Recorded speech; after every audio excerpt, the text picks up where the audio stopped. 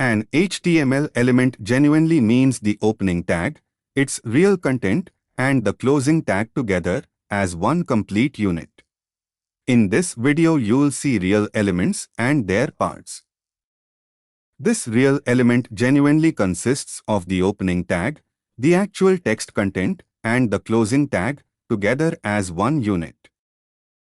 This is a real, genuine self-closing, void element in genuinely has no closing tag or separate content, just attributes. This real div element genuinely contains a whole other element, the p, as its actual content. A real element genuinely includes the opening tag, content, and closing tag together.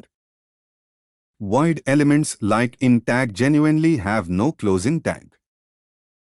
Elements can genuinely contain other elements as their real content. Identify 3 real elements on any web page using devtools.